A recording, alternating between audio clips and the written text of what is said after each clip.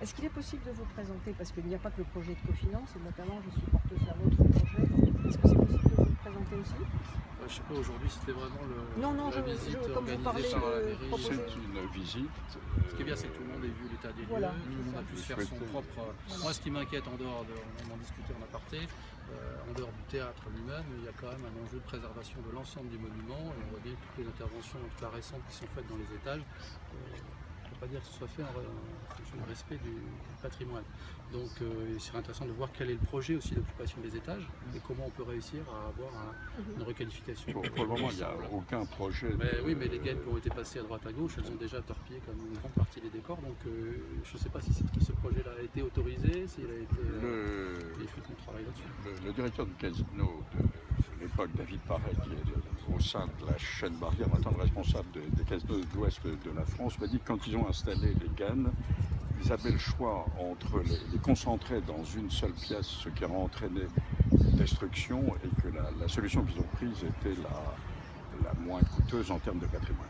C'est ce qu'il m'a dit. Excusez-moi, monsieur le maire, mais le directeur du casino a signalé que beaucoup de gaines ne servaient plus à rien. Les anciennes gaines installées du temps de la reprise de Mme Tsutsumi, et on les a laissées telles quelles. Elles ne servent plus à rien. Oui, c'est fort probable de réversible. Voilà, fort probable, tout à fait. Et elles sont posées manifestement. Donc Enfin, on voit bien que les nouvelles armoires électriques, les câbles, ça a été pensé n'importe comment, comme si c'était un auteur technique. Ça n'avait aucun avenir. C'est sûr, mais Mais ça paraît même un petit peu à ce sont des façon pièces d'intervenir. qui n'ont pas été occupées depuis des dizaines d'années, voire pas occupées du tout.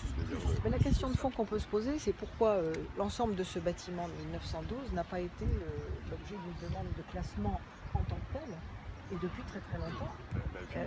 Parce que du coup, c'est c'est comme une monument propriété privée. remarquable au sein de la. C'est de la autre... PPLP. Oui, bien sûr, puis de la VAC maintenant, mais c'est autre chose. C'est autre chose.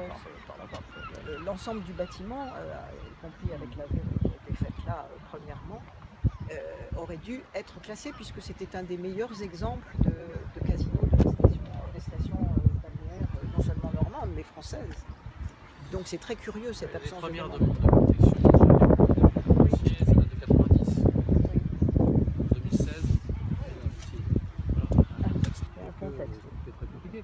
Mais objectivement, quand on est rentré même dans les parties basses du casino, indépendamment de la décoration actuelle, les structures sont encore en place, les colonnes, les plafonds, tout ça est en place. Donc c'est pas l'état actuel qui doit être un frein à une éventuelle démarche de protection. Après, je dis pas que ça peut aboutir, mais quand on voit la qualité de ce qu'il y a à l'étage, on peut se poser la question avec le théâtre.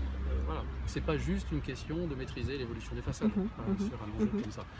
Mais bon, donc là il faudrait vraiment lorsqu'on procède à un établissement comme celui-là, est-ce qu'il n'y a pas des mesures des contraintes de protection qui peuvent être impliquées, qui peuvent être marquées parce que bon, on voit bien que par rapport au casino du temps de Mme Tsutsumi, Barrière a complètement investi les lieux sans tenir compte de l'existant ni de l'architecture intérieure existante. Donc on peut s'étonner quand même qu'ils n'aient pas essayé de respecter au moins l'architecture existante. Mais le fait qu'il n'était pas protégé, évidemment, bon, on n'a pas de recours. Voilà, sur le plan réglementaire, soit il y a le protégé anti-dénuement historique, à ce moment-là on maîtrise l'évolution de tous les projets, soit il y a la protection actuelle de la VAP, et on intervient sur l'enveloppe extérieure. Point. Et au-delà de ça, après, s'il y a un architecte conseil dans la ville, il est là aussi pour faire évoluer les projets dans le meilleur sens possible.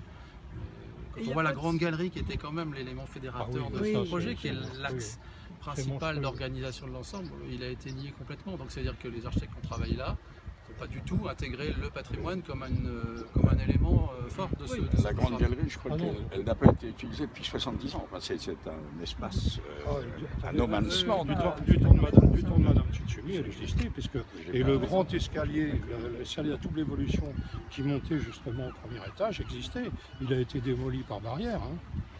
Ça, je peux l'attester. J'étais là en 78, je faisais partie de l'équipe de. Non, mais qu'il y ait des modifications permanentes, c'est une évidence sur un ensemble comme ça, et c'est ce qui en fait d'ailleurs la caractéristique. Mais après, il faut essayer d'intégrer les éléments les plus intéressants pour apporter une nouvelle pierre à l'édifice et non pas de l'appauvrir en permanence. Donc c'est plutôt ça Mais une inscription nous limiterait énormément parce qu'elle vous obligerait à passer par toutes des fourches très codiles, très... Vous savez, on a 3000 monuments protégés en Normandie. Je ne pense pas que les propriétaires se plaignent monuments beaucoup. à l'intérieur. À l'intérieur, bien sûr. Ça veut dire que le Il projet y a- serait il y étudié. a des types d'inscriptions très différents. Prenons l'exemple de l'hôtel des Roches-Noires. C'est simplement les peintures de Le hall Malestéphane d'entrée, le hall d'entrée, qui sont Il y a des parties inscrites. qui peuvent être D'accord, identifiées, bien sûr. Le hall est classé et les façades sont inscrites. Donc, Le hall d'entrée, oui. c'est classé, mais les façades sont inscrites. Mais l'exemple, c'est la Poste. Hein. Oui. La Poste de Trouville a été Oui. inscrite en totalité. Oui. Et on a travaillé avec le maître d'ouvrage et la totalité de la Poste au rez-de-chaussée a été conservée, les vitraux restaurés et même Ils le ont- mobilier. Donc on peut tout à fait. Ils ont trouvé. On a d'ailleurs refusé, vous avez refusé certains permis de... Oui, mais J'ai appris récemment dire qu'ils en ont trouvé l'utilisation. Oui. Ils vont faire des chambres d'hôtes de luxe en respectant la totalité du mobilier intérieur. C'est un bon exemple. On L'esquisse protège les qu'ils m'ont- intérieurs. qu'ils m'ont montré est très remarquable. Ils sont forts, mais c'est Non, aussi le c'est résultat d'un travail commun. Mais c'est C'est un travail formidable, commun. mais c'est un travail, ils sont forts. C'est un travail assez parce fort, que bien sûr. c'était difficile de récupérer cet espace. Ils sont forts, c'est bien. La Poste gardera son cachet. Mais là, on est quand même sur quelque chose de beaucoup plus simple, parce que la fonction même originelle est conservée. Donc on a des volumes qui sont faits pour la réception, qui sont faits pour la mise en scène. Bien sûr. Et aujourd'hui, on est toujours dans la logique de travailler les adaptations fonctionnelles, mais c'est pas pour ça que le patrimoine de base doit être donc, mais nous, on n'est pas dans une logique de voir une protection stricte pour le théâtre, mais de peut-être retrouver une maîtrise un peu plus Voilà, de ce qui se fait à globale. l'échelle de l'ensemble de l'édifice. C'est comme très ça bien, qu'on pourrait le très défendre. bien, très bien. Ah, mais l'enjeu n'est pas que sur le théâtre. Sinon, bien sûr, bien sûr. Sinon, je pense que c'était le point d'accroche. Oui, oui, c'est le point d'accroche. Mais bon, pour l'instant, on va voir un peu. Merci de Voilà. votre